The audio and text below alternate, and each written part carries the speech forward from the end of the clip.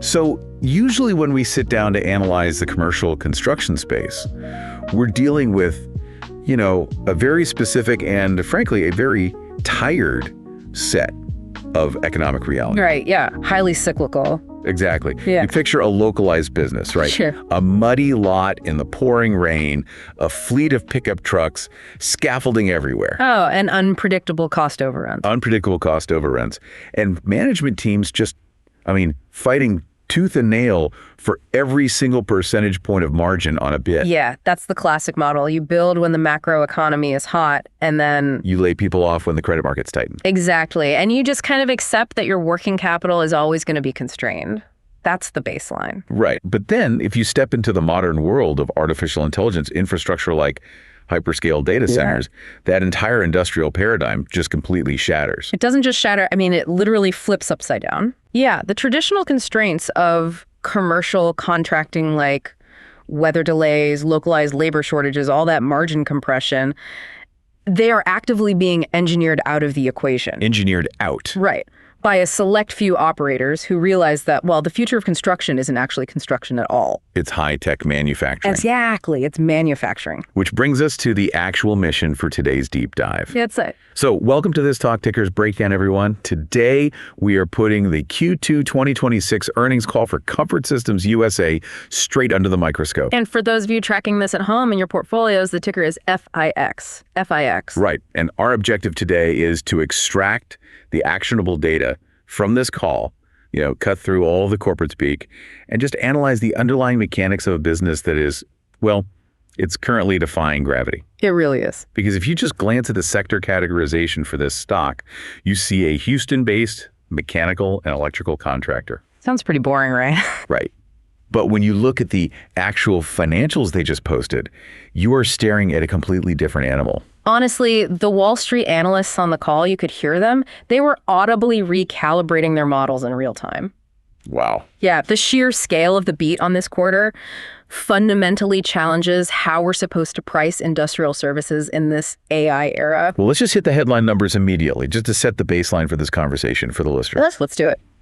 So in the second quarter of 2026, Comfort Systems crossed the $3 billion revenue threshold for a single quarter. Which is wild. For the very first time. They printed $3.3 billion on the top line. Yeah. That is a $1.1 billion increase compared to Q2 of last year. Meaning they delivered a 44% same-store revenue growth figure year over year. 44%. Right. And in the context of heavy industry, that number is an absolute anomaly. It makes no sense. It doesn't. We're used to seeing 44% top-line growth in, software. Right, where adding a new user license costs, fractions of a cent in compute power. Exactly.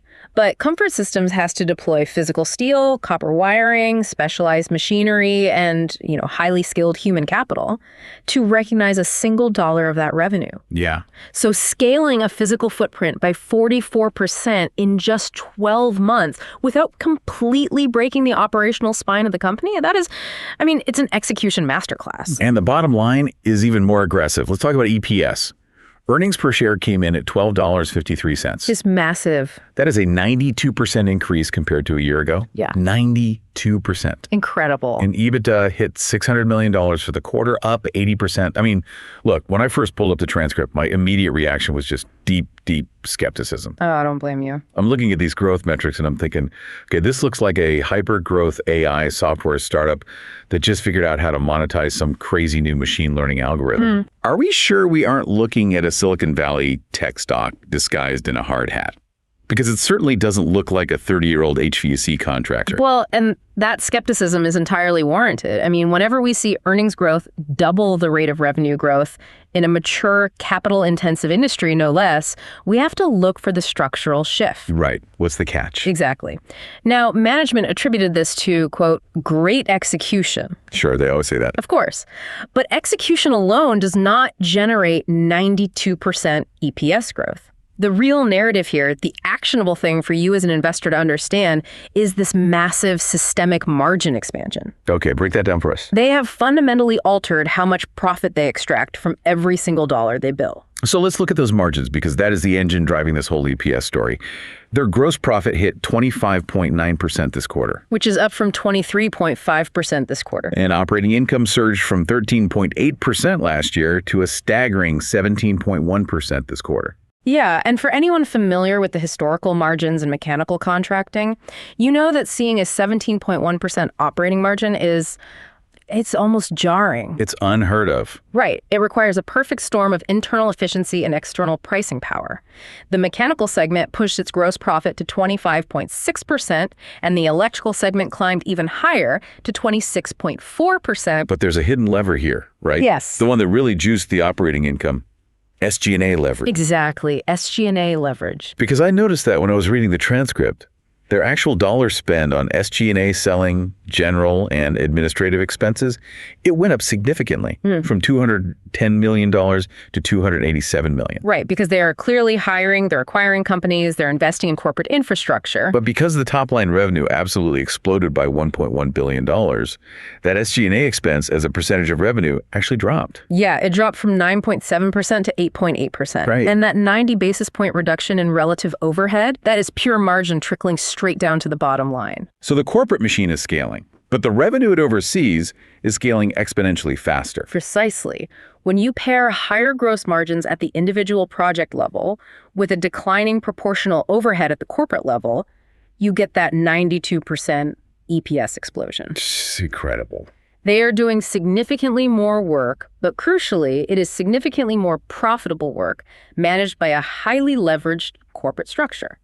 So the net income for the quarter landed at $442 million, basically doubling the $231 million they posted a year ago. Just massive numbers. But before we move into the actual business drivers, I do want to clarify one minor accounting tailwind that popped up in the transcript. Oh, right, the tax thing. Yeah. The CFO, Bill George, mentioned a discrete tax item that artificially suppressed their effective tax rate this quarter down to just 2.5%. Right, which is obviously very low. Very low, though they expect the full year rate to normalize around 23%. Yeah, and it is an important caveat for you if you're doing forward modeling. That tax benefit gave a slight, non-recurring bump to the final EPS figure. Right, it's a one-off. Exactly. However, even when you adjust for that normalized 23% tax rate, their underlying earnings power remains more than 90% higher than the elevated baseline they established back in 2025. So the tax item is just a footnote. Exactly. The tax item is a footnote. The operational leverage is the core thesis here. Got it. So the financials paint this picture of a company operating in a completely distinct macroeconomic reality. Absolutely. Which forces the obvious question. How does a legacy mechanical contractor achieve software-like metrics? Right. How are they doing it? And the answer lies in their revenue mix. The technology sector, which, in their case is almost entirely synonymous with hyperscale data centers, it now accounts for a massive 58% of their total revenue. And keep in mind, just 12 months prior, technology represented only 40% of their revenue. Wow. So an 18 percentage point shift in revenue concentration for a multi-billion-dollar enterprise in a single year. That represents an incredibly aggressive reallocation of resources. Meanwhile, their commercial sector, so the traditional office parks, retail spaces, the things you historically associate with commercial HVAC, that has dwindled to a mere 8% of their revenue. They've practically abandoned it. Yeah. They have effectively abandoned the stagnant post-pandemic commercial real estate market to go all in on the AI infrastructure supercycle. Well, because they recognized early on that the structural demand for compute is completely decoupled from traditional economic cycles. Right. While commercial developers are out there struggling with high interest rates and, half-empty office buildings, the hyperscalers, we're talking Microsoft, Google, Meta, Amazon, they are engaged in an existential arms race to build artificial intelligence capabilities. And that arms race requires a physical footprint. A massive physical footprint. So let's dig into the physics of that footprint for a second, because I really think a lot of retail investors fundamentally misunderstand what a modern data center actually is. Oh, totally. When I say data center, I think most people picture a cool, quiet room with a few flashing lights on a server rack. Right, like an old IT closet. Exactly. But we are talking about deploying thousands of ultra-high performance GPUs. These are chips that draw immense amounts of power and operate at blistering temperatures. Yeah, the thermal density of an AI data center is orders of magnitude higher than a traditional cloud storage facility. Give us a sense of that scale. Sure. So a standard server rack, like for regular cloud storage, might draw 5 to 10 kilowatts of power. Okay, 5 to 10 kilowatts. Right. But an AI server rack packed with the latest generation of GPUs for training large language models, that can push 40, 50, or even 100 kilowatts per rack. Wow. Which means they generate just a terrifying amount of heat. Terrifying is the right word. The laws of thermodynamics are actually the primary bottleneck for artificial intelligence right now. Really? Yeah. If you cannot extract that heat efficiently and continuously, those multi-million-dollar GPU clusters will literally melt down in a matter of minutes. Just fry themselves? Exactly. So thermal management is no longer this peripheral building system, like basic air conditioning. It is the absolute core operational requirement for the facility. So Comfort Systems isn't just showing up in a van and installing commercial air conditioning. Not at all. They are designing and deploying industrial scale, mission critical thermal extraction systems for clients whose entire business model depends on maximum server uptime. Right. If the cooling fails, the AI fails. And that brings us to the most fascinating operational pivot in this entire earnings call. The modular business. Yes. The modular business. It is the absolute vanguard of their margin expansion strategy. And the numbers here are staggering. The modular business alone pulled in $510 million in bookings this quarter. That's $500 million. Not for the year, just in 90 days. Yeah. It currently represents 17% of their total year-to-date revenue, and they are operating out of 3.5 million square feet of manufacturing capacity just to fulfill it. It's massive. But look, I want to play the proxy for the everyday investor here. When I hear modular construction, it is really easy to picture, a couple of guys prefabricating some pieces of sheet metal ductwork in a dusty warehouse. Right. Assembling some pipes. Yeah. But based on the capital expenditures and the profit margins we're seeing, they're building something far more sophisticated than that. Oh, absolutely. To understand the economic power of this modular division, you really have to abandon the word construction entirely. Okay, so what is it? They are operating what is essentially a specialized semiconductor foundry, but for thermal management systems. Oh, wow. Yeah. Instead of dispatching crews of pipe fitters, welders, and electricians to a muddy field in Virginia or Texas to try and assemble complex cooling systems on site in the elements. Which is how it's normally done. Right. Instead of that, they build these massive self-contained cooling modules inside pristine climate-controlled factories, like giant high-tech Lego blocks. So they design these colossal units on proper assembly lines. Exactly. Because the transcript mentions investments in custom paint booths, robotic cutters, automated turntables, heavy lifting equipment. Yeah, they manufacture, assemble, and comprehensively test the entire system offsite. That's a game changer. It really is. Once a module passes quality control in the factory, it is loaded onto a specialized flatbed, shipped to the hyperscaler site, and effectively just plugged into the facility's infrastructure. Let's break down the mechanics of why this is so much more profitable than the legacy stick-built model. Okay. Because the obvious advantage is speed, right? Yes. A data center developer can have the foundation poured and the steel framed on site, while simultaneously, Comfort Systems is building the entire thermal management system in their factory miles away. Right. They're parallelizing the construction timeline. And for a hyperscaler racing to deploy a new AI model before a competitor, time to market isn't just a nice to have. It's measured in billions of dollars of potential market cap. Oh, totally. Shaving 3 or 4 months off a facility's commissioning schedule is worth a massive premium to these tech giants. Right. And that premium directly enhances Comfort Systems' pricing power. But beyond just the speed, there is a massive labor arbitrage happening here, isn't there? A huge one. I mean, the United States is facing a severe chronic shortage of skilled tradespeople. Yeah, you hear about that all the time. Trying to staff a massive infrastructure project in a remote rural area with hundreds of specialized welders and electricians, it's a logistical nightmare. It drives labor costs through the roof. Exactly. You end up paying massive per diems, travel allowances, overtime, just to attract crews to these remote sites. And then even when you get them there, productivity on a traditional job site is highly variable. So If it rains, the work stops. Yep. If the materials are delayed by a day, you have 100 guys just standing around on the clock. Exactly. But with the modular approach, their workforce commutes to the same pristine, climate-controlled factory every single day. Right, rain or shine. Rain or shine. The labor efficiency is unmatched.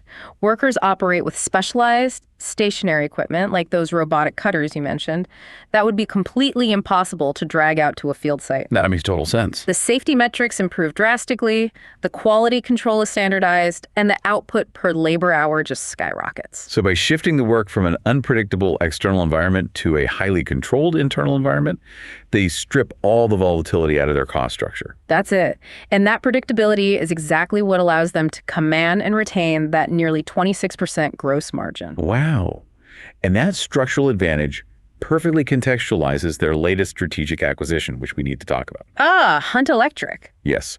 On May 1st, they closed on Hunt Electric, which is a premier electrical contractor based in Utah. Right. Now, management noted on the call that this will add approximately $250 million in annualized revenue. A solid addition. But look, at first glance, a mechanical company buying an electrical company just seems like standard horizontal integration, right? You buy the guys doing the wiring. Sure. But in the context of hyperscale data centers, this is a highly targeted maneuver. It's extremely strategic because, we discussed the thermal density of AI servers, but heat is just the byproduct. Right, the input is power. Massive, unprecedented amounts of power. Routing 100 kilowatts to a single server rack requires incredibly complex electrical engineering. Yeah, you're not just running an extension cord. Not quite. You are dealing with full-scale substations, massive transformers, heavy-gauge cabling, and super complex load balancing systems. And Utah is rapidly emerging as a critical hub for data center development, right? Exactly. Due to its relative power availability, fiber optic density, and honestly, a pretty favorable climate for cooling.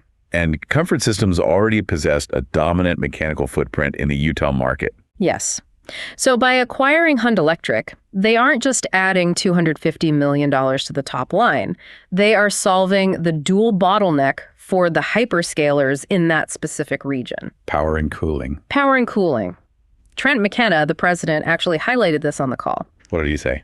He noted that Hunt is already jointly pursuing projects with Comfort Systems' existing mechanical subsidiaries. So they can go to a customer together. Exactly. They can now approach a hyperscaler, say Google or Meta, and offer a fully integrated single-source solution for the two most critical, highly engineered systems in the facility. It drastically simplifies the procurement and management process for the tech giants. Massively. I mean, think about it from the hyperscaler's perspective. Oh. Instead of coordinating between separate mechanical and electrical contractors and, hoping their systems integrate seamlessly in the field. Which they never do. Exactly, they never do. Instead of that, the hyperscaler just hands the entire critical infrastructure package to Comfort Systems. That integration has to command a premium. Oh, it does, and it dramatically deepens their entrenchment with the largest capital allocators in the world. So we have established the operational reality here. They have pivoted to the tech sector. They have industrialized their deployment model through modular manufacturing, and they are locking down key geographical markets with full stack electrical and mechanical capabilities. Yes, that's the playbook. But the inevitable question for anyone analyzing this stock or any stock tied to tech right now is sustainability. Always the biggest question. Because tech cycles are notorious for aggressive boom and bust phases, right? No, yeah. Have we just witnessed them pull a decade's worth of demand forward into a few blowout quarters? Or is this growth actually structural? Can they sustain this? Well, to assess the durability of this growth, you have to interrogate the backlog. And the metrics provided in this call suggest the demand curve is actually steepening, not flattening. Let's look at those numbers. Because the backlog, which represents contracted work that is signed but not yet performed, it is currently standing at a staggering $14.1 billion. That number is almost hard to process. It is. That is an increase of $5.9 billion from exactly 1 year ago. Yeah. They added nearly $6 billion of future revenue to their books in just 12 months. And what is crucial here is the composition of that backlog increase. Right. Where did it come from? Trent McKenna specified that $5.6 billion of that year-over-year growth was on a same-store basis. Okay, so it wasn't artificially inflated by acquisitions. Exactly. Yeah. It was organic demand for their existing operations. Furthermore, on a sequential basis, so just from Q1 to Q2 of this year, the backlog grew by $1.6 billion. Stop and think about the math there for a second. Right. They just recognized $3.3 billion of revenue in the quarter, working at absolute maximum capacity, and their backlog still grew by $1.6 billion. Yeah, they are booking new work substantially faster than they can physically perform it. The demand is so overwhelming, it is outpacing their ability to expand. Which heavily contextualizes their forward guidance. Right, because CFO Bill George projected 2026 full-year same-store revenue growth in the mid to high 30% range. And you have to remember the base effect here. They are compounding that mid to high 30% growth on top of the massive quarters they delivered in the back half of last year. Right. Sustaining that velocity against those comparables requires a relentless expansion of physical capacity, which management is aggressively pursuing. We noted they currently operate 3.5 million square feet of modular manufacturing space. Right. They are on track to bring that past 4 million square feet by the very end of this year. But the timeline doesn't stop there. Based on the signed orders currently sitting in that $14.1 billion backlog, they project needing approximately 5 million square feet of manufacturing capacity by late summer of 2027. Which is wild. Expanding an industrial footprint by 1.5 million square feet over the next 12 to 18 months requires massive, massive capital expenditures. Yeah, they are guiding for CapEx to run at roughly 5% of their total revenue. Right, because they are buying real estate, they're constructing facilities, and they're outfitting them with the specialized robotics and assembly lines required for this work. Now, here is where I really have to push back on this story, or at least play devil's advocate for a minute. Go for it.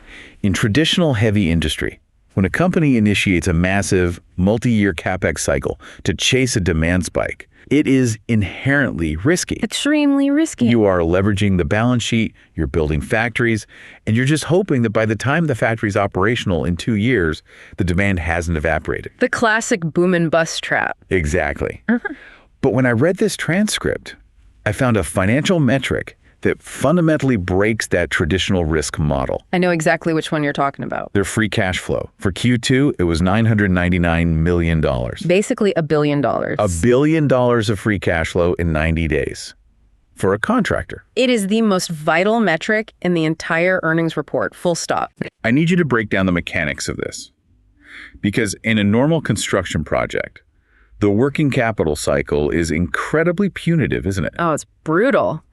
In a normal cycle, a contractor buys materials up front, they pay their labor force every single Friday, they complete a phase of work, they submit an invoice, and then they wait. And then they wait 60 to 90 days to actually get paid by the developer. So the contractor is effectively acting as a massive zero-interest lender for the client. Exactly, floating the entire cost of the project. Yeah. That is the gravitational pull of traditional construction.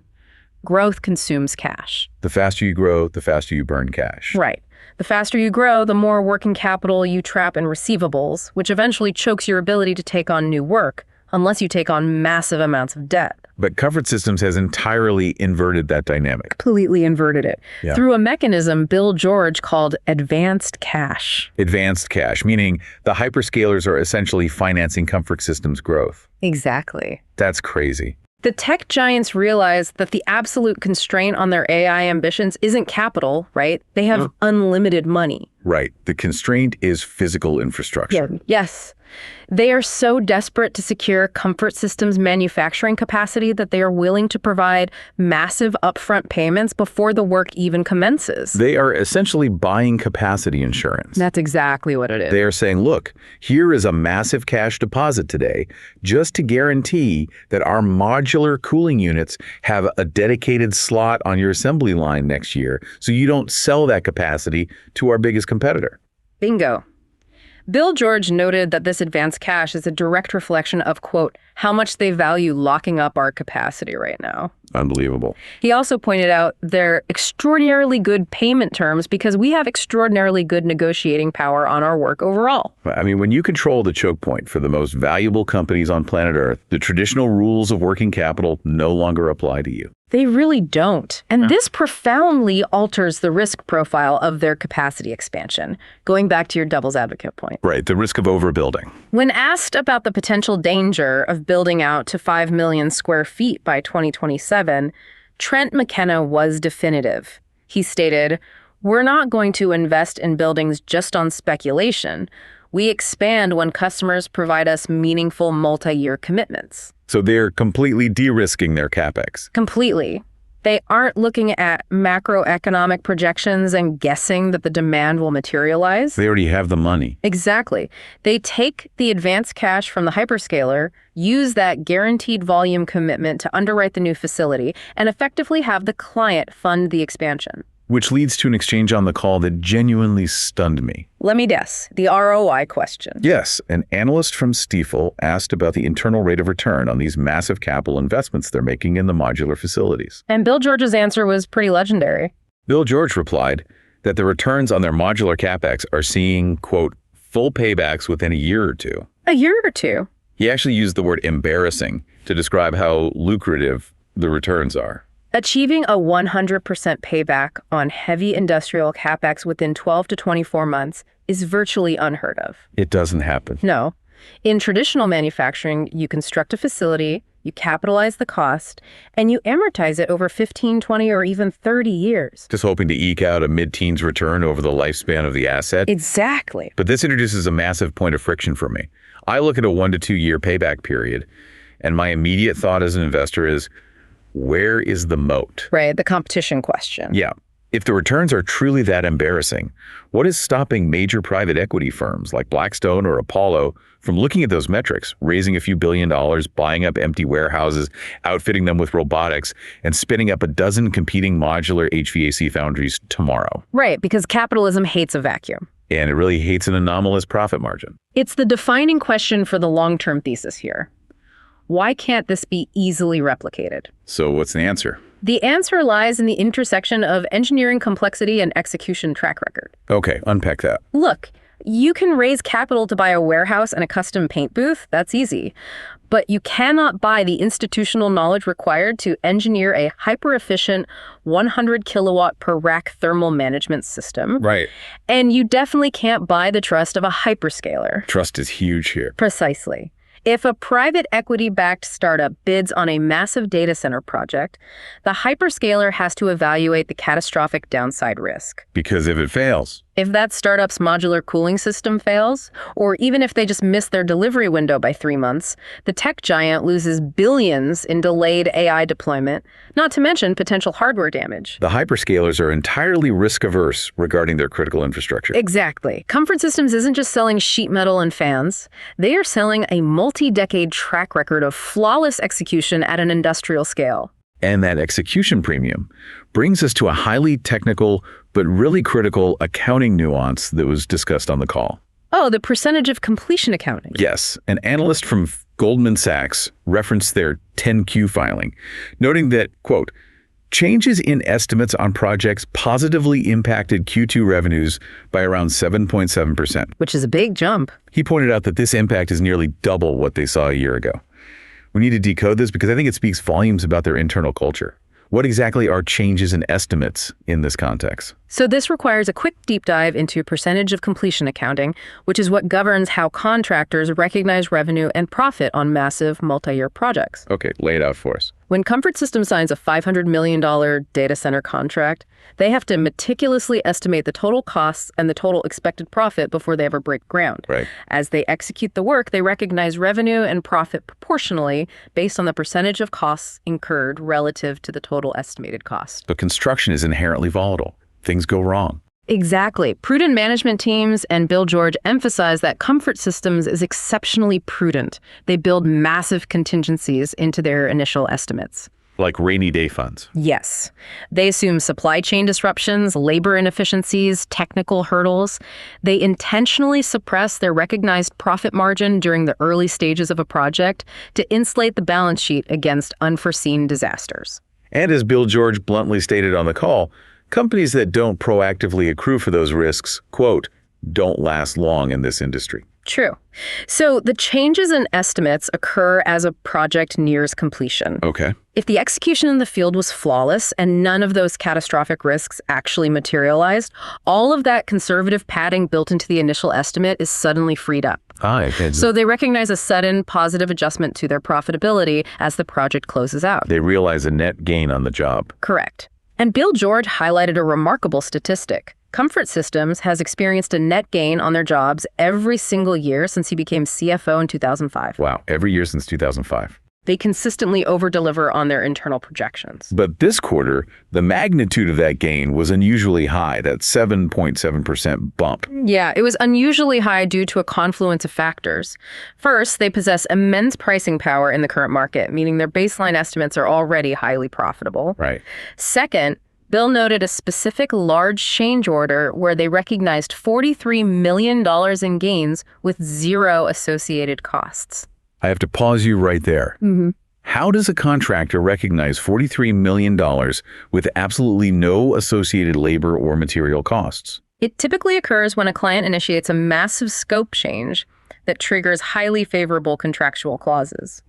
Or when a massive contingency fund established jointly with the client is released entirely in Comfort Systems' favor at the end of a successful build. So it's just pure profit falling to the bottom line. Pure profit. It is the ultimate manifestation of their negotiating leverage. But Bill was careful to moderate expectations moving forward on that, wasn't he? Yes, he explicitly warned analysts not to extrapolate that 7.7% bump indefinitely. They will maintain their conservative accounting posture, and while they do anticipate continued net gains based on their execution history, this specific quarter benefited from unique tailwinds that pushed the gross margin to that extraordinary 25.9% level. Makes sense. CEO Brian Lane jumped in immediately after that explanation, actually, to highlight the human element driving those gains. Right, the workers. Yeah, he credited their, quote, elite tradespeople, noting that their ability to execute perfectly in the field is what ultimately generates those positive estimate revisions. Which ties directly back to our discussion on modular construction, right? So. By putting elite labor in highly controlled factory environments, you minimize the errors that consume those profit contingencies. Oh, absolutely. It all connects. It does. So synthesizing all of this data for the listener, the historic revenue growth, the margin expansion, the hyperscale pivot, the $14.1 billion backlog, and this massive influx of advanced cash, what is the ultimate signal for the retail investor today? The signal is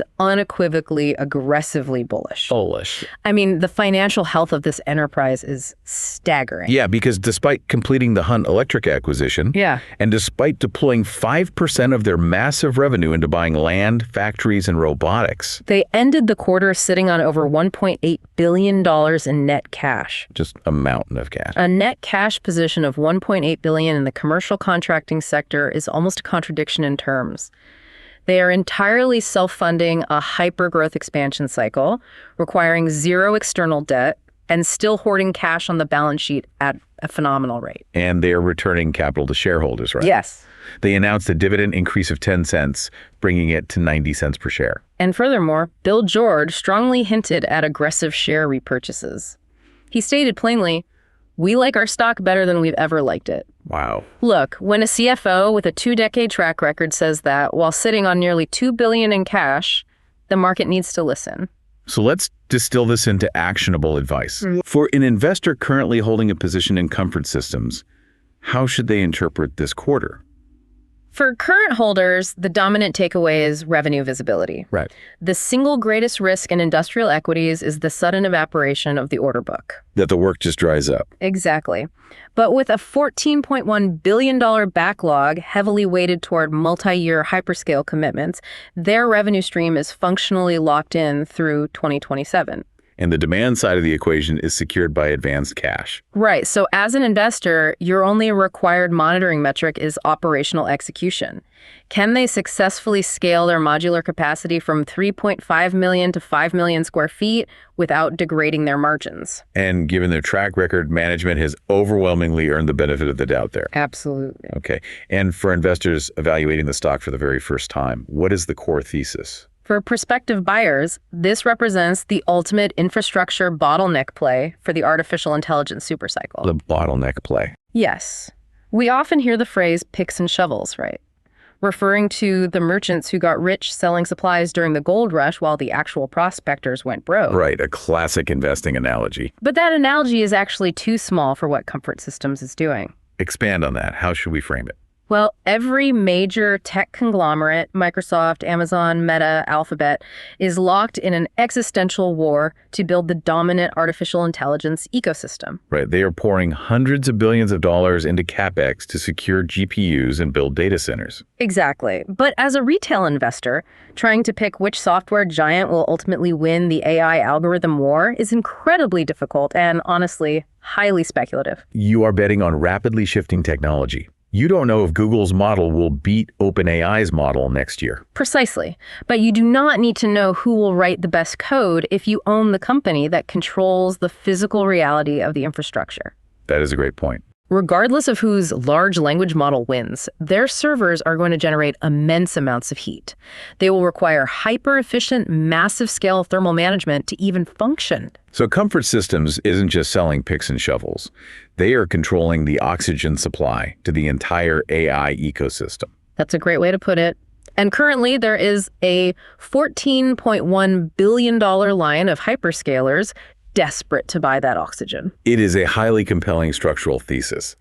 However, and this is for the listener, I want to leave you with one final provocative dynamic to consider. Ooh, what is it? A potential future catalyst that builds on the transcript, but points toward an even deeper, more impenetrable competitive moat. Let's hear it. So toward the very end of the Q&A session, an analyst from William Blair, Tim Mulroney, raised a really critical macro issue. Okay. He asked management about the rising tide of state-level moratoriums on data center construction. Oh, yes. The political pushback in states like New York and Virginia. Exactly.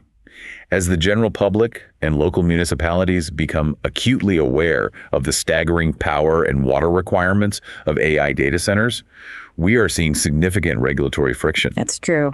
Communities are pushing back against facilities that draw hundreds of megawatts of power and consume millions of gallons of water for evaporative cooling, which strains local grids and resources. And Brian Lane's response to that was pretty pragmatic, right? It was. He essentially argued that the macroeconomic demand for compute is just too powerful to be stopped. If a hyperscaler cannot secure permits in New York, they will simply shift their capital to a more business-friendly jurisdiction like Ohio or Texas. And historically, he is correct. Capital flows to the path of least resistance. But let's extrapolate this regulatory friction one step further. Okay, I'm following. As environmental scrutiny intensifies globally, the sheer efficiency of a data center's operations will transition from being a metric of profitability to a metric of legal compliance. Oh, the municipalities will absolutely demand it. Precisely. You will no longer be able to secure a building permit for a data center utilizing sloppy, highly consumptive legacy cooling systems. Right. Local governments will mandate the implementation of the absolute highest-end, hyper-efficient, closed-loop, water-saving, and power-optimizing thermal management systems available on the market, just to grant zoning approval. And who is capable of engineering and deploying those hyper-efficient systems at scale? Exactly. You can't achieve that level of precision with a stick-built crew in a muddy field. No, you can't. It requires the specialized, off-site, modular manufacturing capabilities that Comfort Systems is currently perfecting. Wow. So Comfort Systems' highly engineered modular solutions might soon transition from being merely a fast, convenient option for tech companies into a strict, unavoidable regulatory necessity. That completely flips the script. It does. The very environmental red tape and community pushback that currently threatens the expansion plans of the hyperscalers could inadvertently engineer Comfort Systems' greatest competitive advantage. Because if the legal barrier to entry for building a data center becomes the implementation of hyper-efficient thermal management, the company that dominates that specific vertical holds unprecedented leverage over the entire tech sector. It creates a regulatory moat on top of their existing execution moat. What a phenomenal insight to end on. It brings this entire analysis full circle. It really does. I mean, we started this deep dive talking about the gritty, low-margin, chaotic reality of traditional commercial construction. And we questioned whether a company born in that cyclical environment could truly justify software-like financial metrics. But the numbers speak for themselves.